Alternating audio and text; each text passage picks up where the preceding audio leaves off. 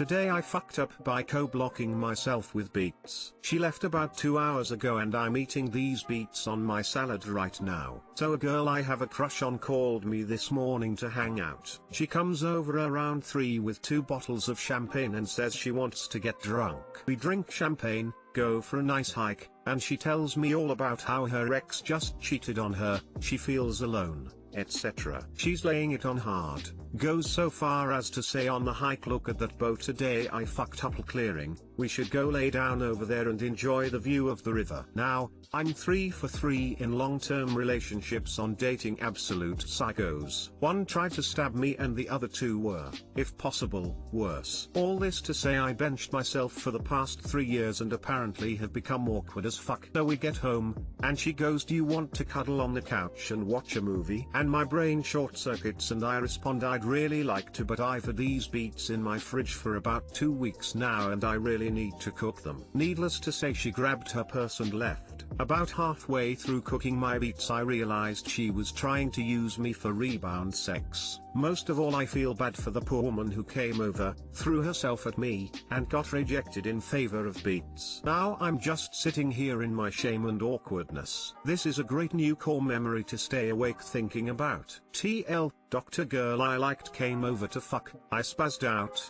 and told her I couldn't because I needed to cook beets. People, all men care about is sex. I'll change that stereotype. White Shroot would be proud. Bears. Beets. Battlestar Galactica. She feels betrayed.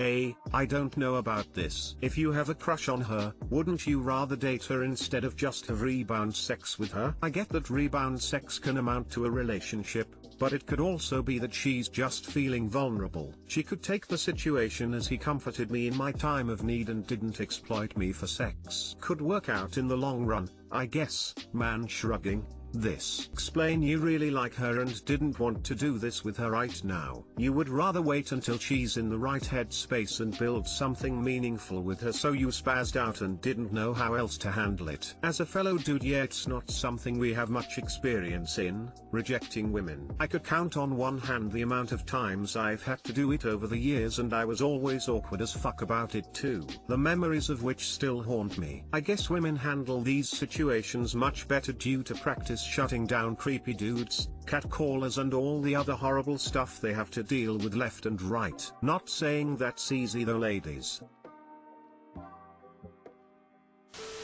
At least you can always beat your meat. Today I fucked up by posting about friends forgetting my birthday on Casual Conversation. Yesterday was my birthday. All my close friends forgot about it, or they didn't care. I don't really know. I had one of the worst birthdays of my life. It's the pandemic. I haven't seen people in a while. My family lives in another country. I'm here on a work visa. I haven't hugged or hung out with another human since April. I spent the last holidays alone. Starbucks coffee dates turned into a one-person affair. Fun dinners in restaurants turned into a meal for one by Postmates, eating alone in my underwear sitting on my couch. I just feel miserable and needed a place to talk. I need friends since mine forgot about my birthday. One of the reason I avoid people is because I have an autoimmune disease and lungs problems. If I catch this thing, it's game over. I don't want to risk it. I just wanted to be seen since I've been feeling less and less like a human the more time I spend alone. Enter Casual Conversation. Sometimes when I feel alone and sad, I go there for some feel-good content. It's or so I thought, the friendliest place of Reddit. I posted on it and received some responses. Today I woke up and saw that my post had been deleted with a list of other places to post suggested, none of them related to reasons I posted there in the first place. Making me feel even more alone and even less seen as a human being. Upside down face. Cat tax paid. Too long didn't read. I posted on Casual Conversation to feel better about friends ignoring my birthday. My post was deleted. I feel worse. Happy belated birthday op. Also, I was expecting that story to go a completely different way. Haha, I think whatever version you had in mind would have been better. Thank you, smile. Happy belated birthday. As much as a shit show of a year this has been, I'm so glad you've been keeping safe. Looking forward to the day fun dinners in restaurants will be safe to do again. Absolutely. Thank you. Well, happy belated birthday. Hope you ordered a special meal and did some self-care. You're not alone. I know it's rough. Do you have a pet? Highly recommend a live-in friend, even if a goldfish. I have a cat. She's awesome and the best birthday guest ever. Thank you. I were in your situation once. When I stopped receiving happy birthdays from my friends, I completely resetted my social circle. And so far it was the best thing I could have ever done. Happy birthday bud. Hope you can find yourself and people that care about you. Yeah, I had the same. Haven't celebrated my birthday in 2 years now. I don't mind at all. Last year was supposed to be my year of building a new social circle. Maybe this one, maybe the next. It'll happen. Until then I'ma be trying to improve myself as much as I can. It's a bit poop right now dude. Sending good vibes your way and I hope you feel more contented soon. Edit cause I totally forgot to wish you a happy birthday bud. Happy belated birthday. Please take care. This will end eventually and we can get back to coffee with friends. Orange heart. Can't wait. Thank you smile.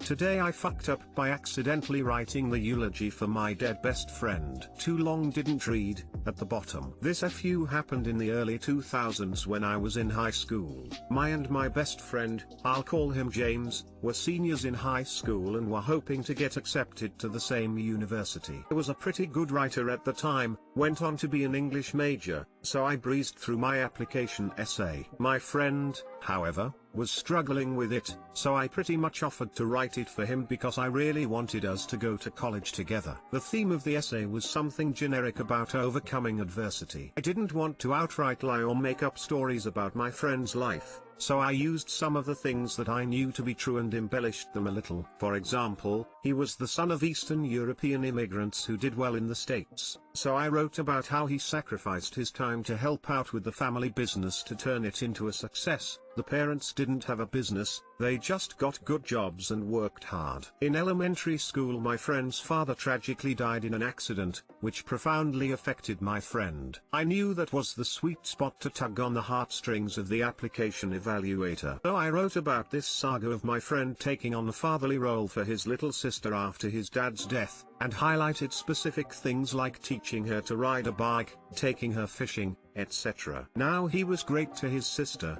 but I embellished all of those scenarios. I used very emotional and poetic language to describe his love and specific sacrificial acts for his sister and his mom. Okay, maybe I did make up a lot more than I had intended to. Anyways, a few months later we both found out that we got into the same university and we were absolutely psyched. Then, just a few weeks later, my friend was tragically killed in a car accident just a few months before graduation. This decimated the entire school.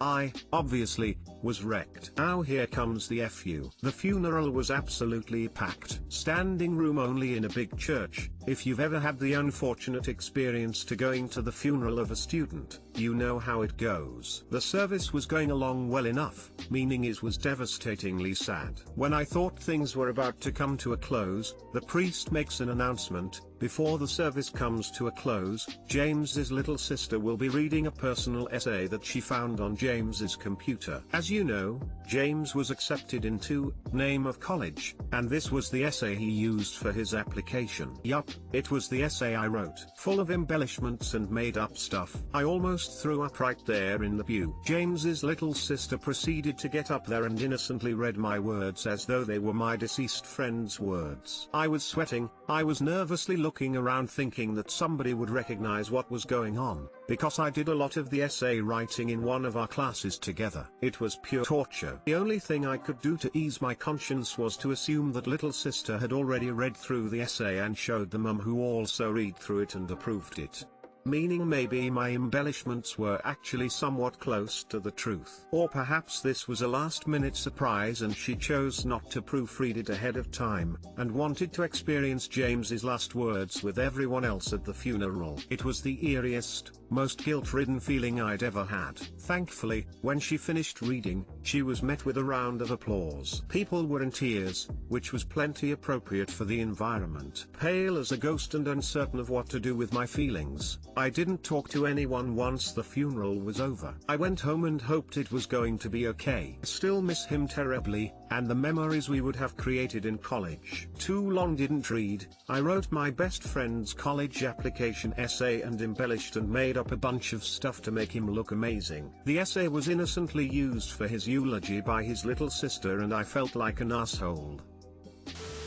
While every detail in the essay may not have been accurate, the whole work itself created an accurate picture of how you saw your best friend. That work spoke to his little sister enough, gave her enough solace that she chose to share that work with your best friend's entire community at the funeral. You brought his little sister some measure of peace, and you did it with an accurate perception of your best friend that is nothing to be ashamed of. On a personal note, if my best friend were to write my eulogy, intentionally or not, I would consider it an honor. If it was an essay like the one you wrote, one that was a reflection both of how you saw him, and how much you wanted to experience college with him, even more so. All I'm trying to say is, I understand why that was a mortifying experience for you. But as someone who has attended about 5 too many funerals, I don't think you have any cause for shame.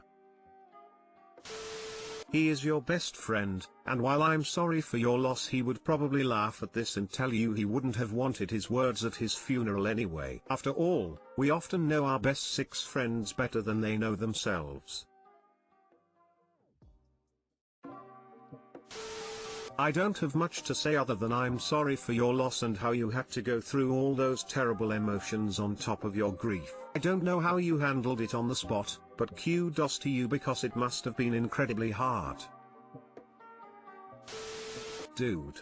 That's a unique kind of torture. To be honest, he's probably woeful in his grave. R.I.P.